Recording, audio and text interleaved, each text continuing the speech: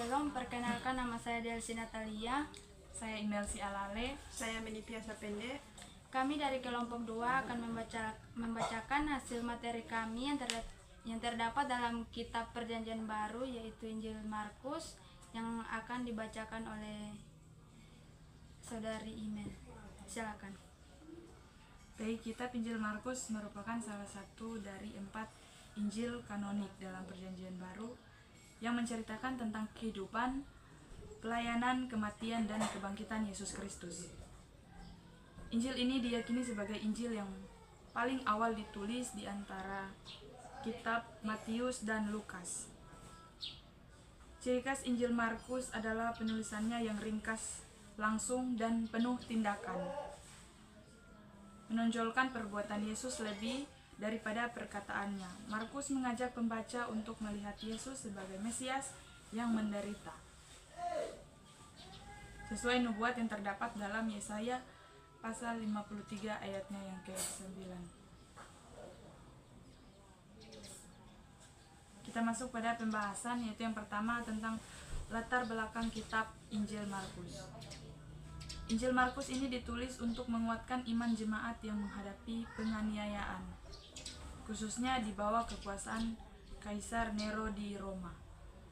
Markus ingin menunjukkan bahwa penderitaan adalah bagian dari panggilan mengikut Kristus, sebagaimana Yesus sendiri harus menderita dan mati di kayu salib. Fokus Injil ini adalah mengajak pembaca untuk melihat Yesus sebagai Raja yang memerintah melalui pengorbanan, bukan melalui kekuatan politik atau militer. Penulis. Secara tradisional, penulis Injil Markus didefinisikan sebagai Yohanes. Markus seorang Yahudi Kristen yang memiliki hubungan dekat dengan para rasul. Ia adalah keponakan Barnabas. Dalam Kolose pasal 4 ayat 10 dan pernah ikut dalam perjalanan misi bersama Paulus dan Barnabas. Dalam Kisah Para Rasul pasal 12 ayat 25. Tradisi gereja mula-mula Papias sekitar tahun 140 Masehi menyatakan bahwa Markus menulis berdasarkan kesaksian langsung Rasul Paulus. Markus menjadi penerjemah Petrus dan menulis dengan tepat segala sesuatu yang diinginkannya, meskipun tidak secara berurutan.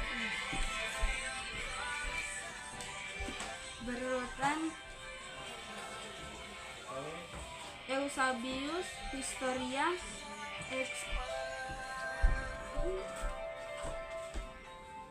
Extiatica 3:39.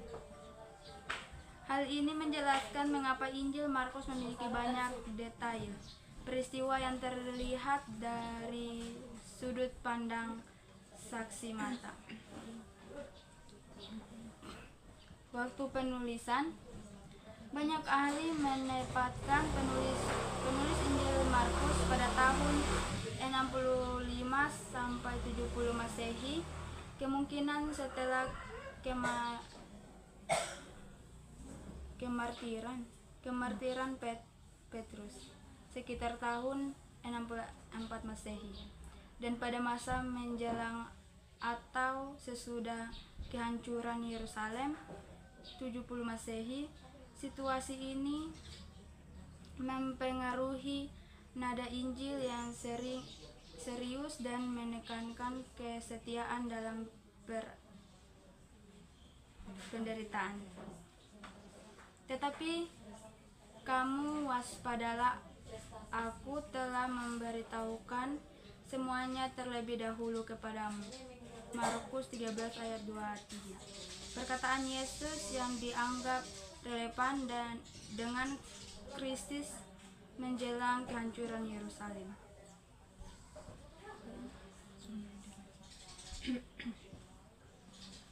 Kemudian situasi sosial, politik, dan budaya. Situasi politik, Kekaisaran Romawi menguasai wilayah Palestina melalui pemerintahan pro-Roma seperti Herodes Antipas dan Pontius Pilatus. Kekuasaan Roma bersifat otoriter dan pemberontakan Yahudi tahun 66 sampai 70 Masehi menjadi latar sejarah yang penting. Kemudian situasi sosial. Masyarakat Yahudi di Palestina berada di bawah tekanan pajak yang berat dari Roma. Perbedaan kelas sangat mencolok dan kaum miskin sering menjadi korban ketidakadilan. Kemudian situasi budaya.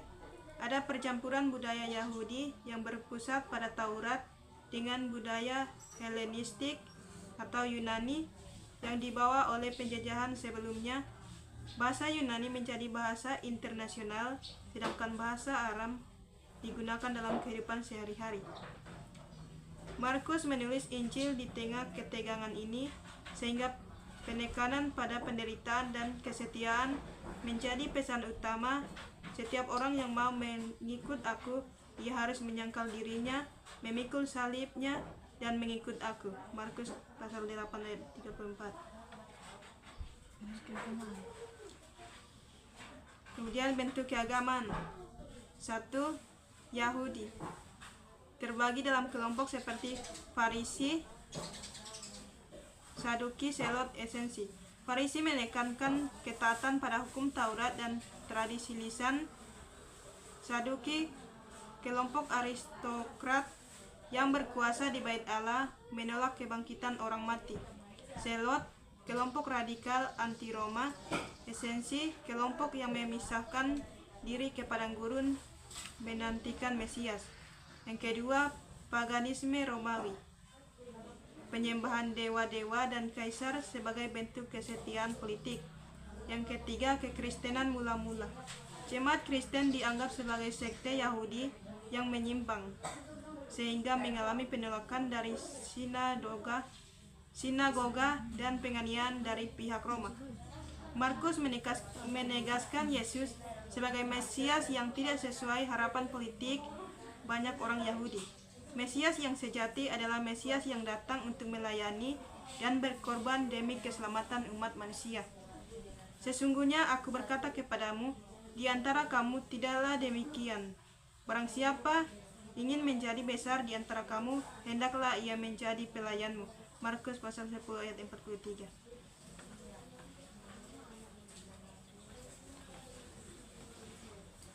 Termasuk pada kesimpulan dari Injil Markus.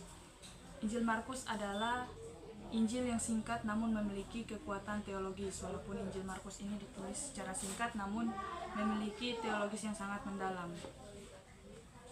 Ditulis oleh Yohanes Markus berdasarkan kesaksian Petrus. Injil ini menekankan penderitaan Yesus sebagai bagian dari rencana keselamatan Allah. Latar sejarahnya yang penuh tekanan sosial, politik, dan budaya membuat pesan kesetiaan dan harapan dalam Markus sangat relevan. Melalui kisah-kisah yang penuh tindakan dan peringatan Yesus, Markus mengajak jemaat untuk setia memikul salib dan mengikuti Kristus hingga akhir. Pesan utama Injil Markus, mengikuti Yesus berarti siap untuk menderita, namun yakin akan kemenangan kebangkitan.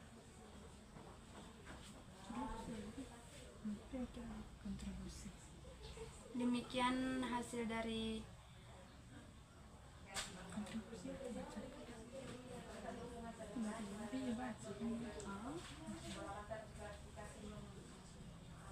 Dengan demikian, kelompok kami